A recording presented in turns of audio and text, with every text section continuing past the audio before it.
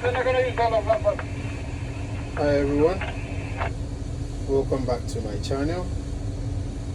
Today I'm going to be teaching or explaining the stopping point of a slew or the point of return of a slew.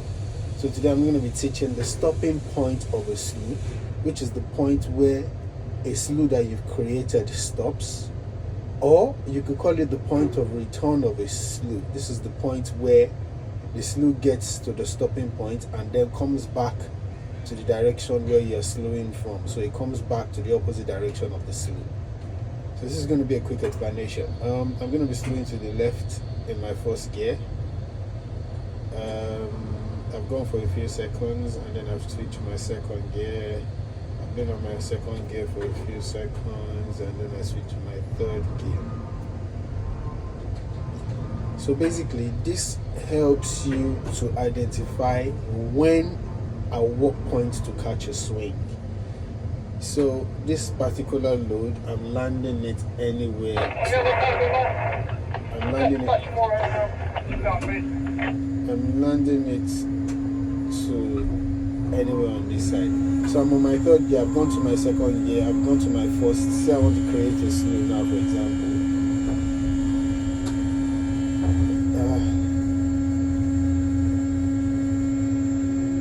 So let me try and create a swing. So I use my brakes to create a swing. So I've used my brakes now. It has swung to my right a little bit, and it has swung to my left a little bit. The point where the load gets to, that's the stopping point, and then it comes back. Can you see? So that point where it comes back now becomes another motion. But the point the load gets to, and then it stops, and then returns to its original position, is the stopping point or the point of return. So say for example, I'm doing this now in the third gear. I want to stop here.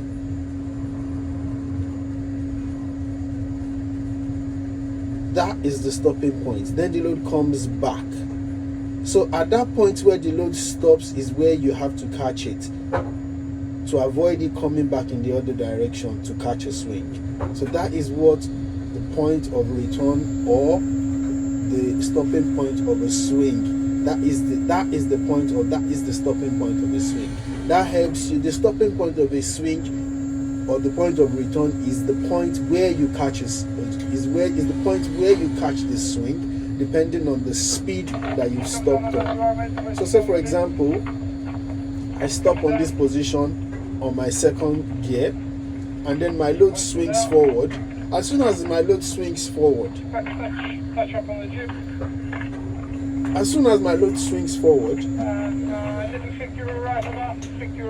after I've applied my brakes, as soon as my load slews to the left or to the right, depending on where I've applied my brakes, from this video you would have seen the stopping point of a slew. Just about when the load is approaching the stopping point of the slew. Just about when the load is approaching the stopping point of the slew, then you engage your slew gear to the gear that you stopped on. So say for example, I stop on my second gear and the load slews forward. Just before the load gets to the point of return, I'll slew in my second gear to catch the load at the point of its return or at the stopping point. As soon as my hook block gets, so say for example, you stop the load here on second gear. Yeah? For every action, there's an equal and opposite reaction. Definitely, your load will slew, depending on the speed that you stopped on, will slew in a particular direction, whether to the right or to the left. In that speed, you've learned how to identify the stopping point of a slew or the point of return of a slew. As soon as the load is about approaching the point of return, that means the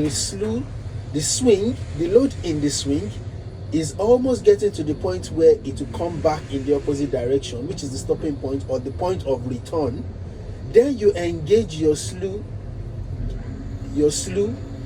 in the same gear that you've stopped in towards the point of return. As soon as your hook block then catches the load at the point of return, then you release all the speed back to 0 and apply your brakes. I'm going to do a practical example now with this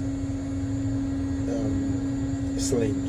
So say I'm coming here in my second gear and I'm in my third gear, and then all of a sudden I stop. I was in my third gear. As soon as the load is approaching the point of return, I come back to my third gear and then I release it to 0.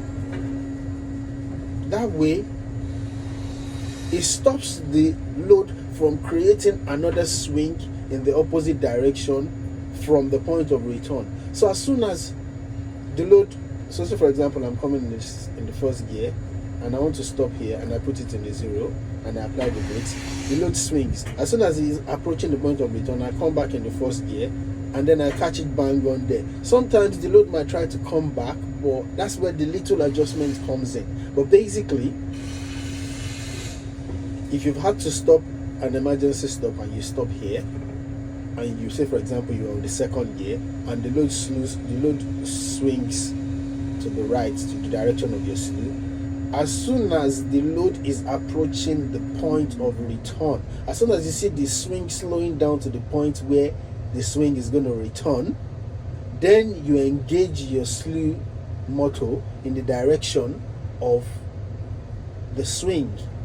Just about your, if you engage the slew in the same speed that you stopped in, just before the load comes off its stopping point, just before the load gets into the point of return mode, the hook block would have caught up with the load, creating a constant motion which will kill the swing out. So this is how you can combine this is how you can use a combination of catching the feel of a crane, identifying the stopping point of the slew, identifying your own stopping points, the stopping point of the slew. So there's a stopping point of the slew, identifying the stopping point of the slew, and then identifying the stopping point of the swing. So identifying the stopping point of the slew is when you start to slow your speed down, heading towards your stopping point. That's the stopping point of the slew.